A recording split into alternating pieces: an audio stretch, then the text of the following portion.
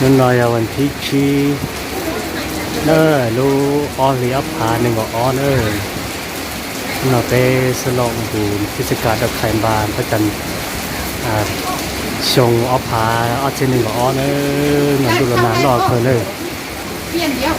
ดูแลนานรอเลยก็ชินะบนนั่งเลยนั่งนั่งแล้วก็ปีเขาหลือนะชาติแล้วก็จอมงไปเจ้าเน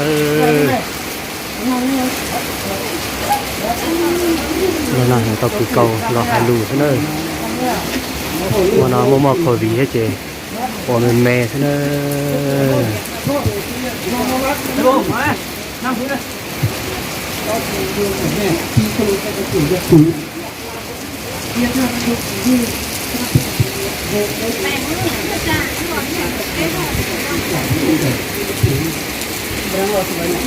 วันนั้น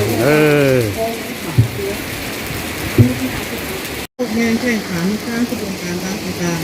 ๆเพื่อคณะทัพซ้อมงานสำคัญของพักของศาสตร์เบารวมเบาเฉพาะพนักงานทหารตำรวจและประชาชนกันละเข้าชาวเมืองหนองแหกควรออกแรงแก้ไข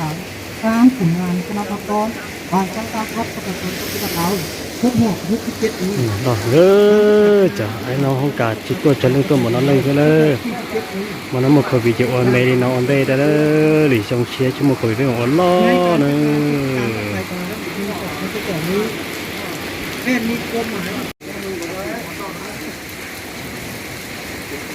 การสรุปสโลการเทศกาลก็ไทยการปี2022นี้ยุคนี้ก็นับภาพนับโทษทุกอย่างยกว่าประกาศก็เกิดเลขาคณะกรรมการเจ้าเกิดอัพยานที่ขอให้เกียรติขอสุดเกินยุคนี้ก็นับภาพนับโทษถือดื้อคณะกรรมการก็เลี้ยงโทษเจ้าเกิดทางอุปทานจัดการเทศกาลก็ไทยการปี2022ขอให้เกียรติขอสุดเกิน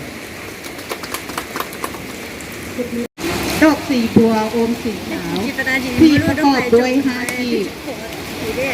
มากสีเขียวแต่สุกมาจะกลายเป็นสีอ่อนรสหวานส้มออกดอกเริ่มบานแต่กลางเดือนมังกร5 เดือนกลางเดือนกุมภาของทุกๆปีต้นดอกพายเป็นดอกไม้ที่สวยสดงดงามดอกพายบานได้ส่งสัญญาณให้พวกเขาฮู้ว่าฤดูบานไม้ได้มาถึงฤดูผลิตของปีใหม่ได้หมุนเวียนมาฮอดอีกเวลาหนึ่งดอกพายบานได้ส่งกลิ่นหอมไปทั่วทุกบอนประดับสีกระโปรงลายของนางสาวพ่อโมกที่พวงทับลำเกี่ยวเบ้าในงานบุญกินเกียงทางหน้าคณะประจำภาคเมืองคณะภาคอำนาจการปกครองเมืองหนองแห่ขออวยพรไซมายังทุกท่านทุกสหายจงมีสุขภาพเข้มแข็ง